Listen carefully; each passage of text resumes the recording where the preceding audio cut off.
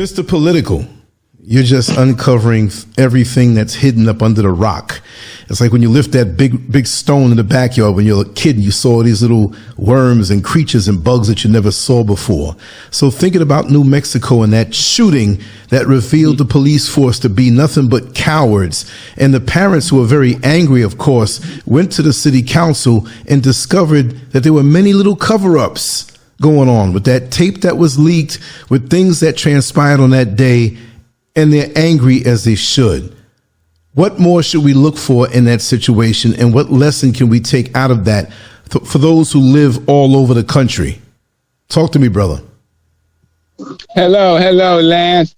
I am going to play devil's advocate, if you will allow me, in answering that question. But of course. And in this, I am going to evolve into John Wayne and Jim Brown.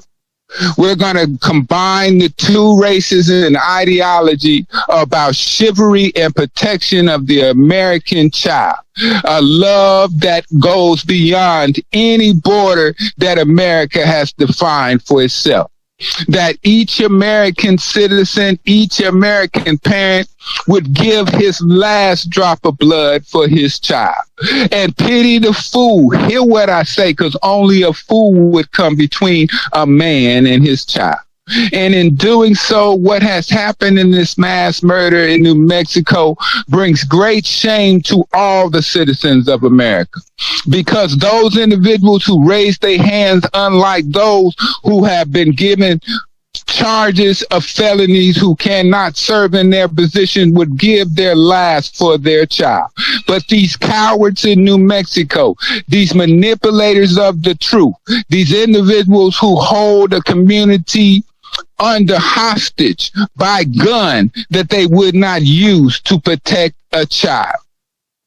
Even though they stood there and we watched them on cameras, which they have fought for years to keep out of the presence of the American people when it comes down to the safety of their children, we've seen that they were very cavalier about their lack of love and empathy. We've seen that they give the damn more about their own self-protection and whether or not they were going to be able to go and clock out those hours for nothing that they did, or whether or not they were going to get back on office and trial and traffic duty to fabricate lies about individuals' characters, to make points within their own ranks. But the most shameful thing that you cannot overlook in this situation is the reactions of the parents, the American citizen who fully knows that your government, your state government, and the school boards of your local municipality does not give a damn about your children, and you could still give grace to those who act like cowards, those who would not stand up for a safety of a child. As a former military man, it would never be in my conscience to hesitate at the screams and yell of an American child. No real man, no man who stands and urinates can stand hearing the cries of a child for help. He will give his last. I don't care if you black. I don't care if you white. I don't care if you Honduras. I don't care what race you are. If you are a real man and you hear a child cry out for your help and safety, you have no other alternative within the souls and bosom of your heart but to react hand on gun or empty-handed. That child's life is more valuable than yours. So these cowards get no grace. The parents finally asked for the resignation of that cowardly chief of police. You could break out the heartstrings in any manner you would like and say that they should be judged at the same standard as you. Then I say to you, in your ignorant pursuit and trying to persuade me that I'm a damn fool about chivalry, may it be for a woman or a child, I say to you without hesitation, I say to you without regard to your stupid ignorant feelings that a child is more important than your life. And that if you are Gen X or any one of those foolish generations who are following us, now keep in mind, this is a mixture in a devil's advocate conversation of me being John Wayne and Jim Brown. So if you got to Google these two characters and you will understand my passion and my anger toward cowards. And that any individual who would overstep the safety of an American child does not deserve any empathy from me. And if you want to be real clear about it, I don't feed cowards. May it be empathy, love, or respect. I don't feed cowards because I know that any time that any of those officers that were seen on camera is out in the streets with a gun harassing an unarmed person, that those same police officers attack parents who had the will and fortitude and the love for their children and wanted to protect their children, and they still attack them. That is the heart of a coward, because he was embarrassed about his yellow streak, that feather that rides up the crack of his ass.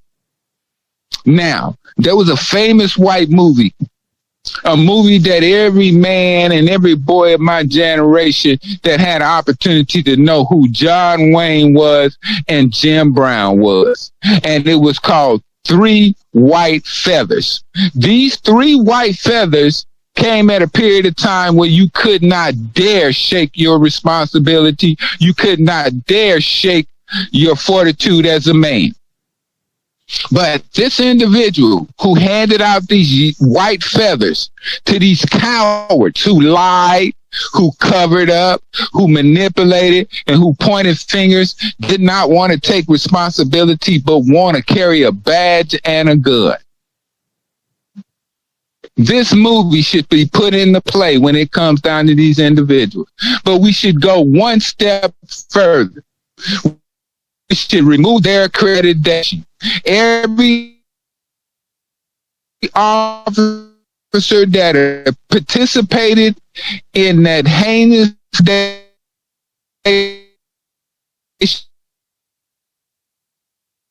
Yeah, Mr. Political, you blacked out for a second, so you're going to have to do that part again. Mr. Political. Yeah. Yes, sir. The phone messed up, so go back a few seconds and start where you said every officer that participated, because it started to buffer out. Yes. I don't know if that is correct. But start it all over again. Each and every officer who participated in that heinous showing of cowardice, their accreditation should be stricken. They should not be allowed to even be a rental car. Do safety. There is no vote of confidence to their capability and whether or not they're competent to hold a firearm or participate in law enforcement within our country. We must be proactive. Even though this incident has occurred in New Mexico, it is a true, clear indication of the capability of law enforcement. When we look at law enforcement discharging over 90 rounds into an unarmed person, but cannot address an issue of one gun shooter, that they chase like an armed mob, knowing that they have a protection under the immunity. It is time to reevaluate whether or not collective bargaining agreements should be bonded, and the source of evil and cowardice. Yes, the loyal fraternity of law enforcement, the union, and the national branch, a organization of cowards and Klansmen. These individuals who use oppression and deny the Constitution should be stricken down under the RICO Act. They are worthy candidates of reopening hearings concerning the actions and the association of the Loyal Fraternity of Law Enforcement Union.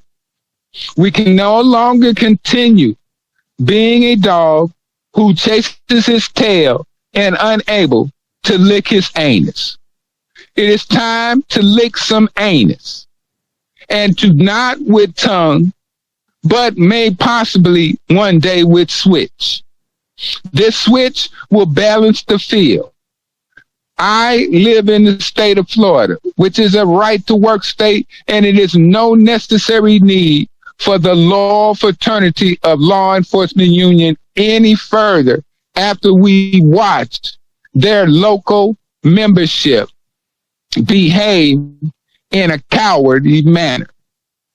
As they stand silent, as we find out that those who wear in blue, who deserve the 8 feet of dirt, but do not deserve the glorified funeral, that their association with this mass number of cowards taints their deaths. There is no need to be respectful any further when it comes down to the cowards that wear blue and their association and unionship with the coward that wear blue, and their paying of dues to be in membership in the coward that wear blue. This coward that wear blue has spreaded his heinous disease throughout our nation, where they are only capable of killing individuals who are unarmed, but coward to individuals who commit heinous acts. The day will come, the coward in blue, where you will be faced with a situation of an individual who is not committing a heinous act, but is committing an act of self-defense and self-survival and keeping the coward that wear blue from taking his life because he is unarmed. The coward that wear blue is like roaches. He propagates and continues to propagate within his union and within the strong arm tactics to control municipalities. This is the domestic terrorist who runs rampant in our street. Free white and 21. This is the domestic terrorist. And when you come to the realization before January that they are clearly domestic terrorists and that you must treat them as domestic terrorists, you must contact your city councils, as these individuals in New Mexico has done. And you must ask for removal of all those who support and take money from the Loyal Fraternity of Law Enforcement Union. These individuals have used their clout, their political power, and their union dues to buy politicians' silence as they terrorize America. This union is an unholy union of defamed and sick individuals who prey on old women and children, not to protect them, but to use them for their entertainment. This is that makeup of their union. They support mayors who molest children and abuse children. They support mass murderers because of their cowardice and trying to make these mass murderers their allies. Please just put the gun down so I don't have to shoot. That is a line from Buffalo. They are cowards. May they spend 20 years or may they spend 3 days. All of them have skeletons in their closets that they do not want to be held accountable for.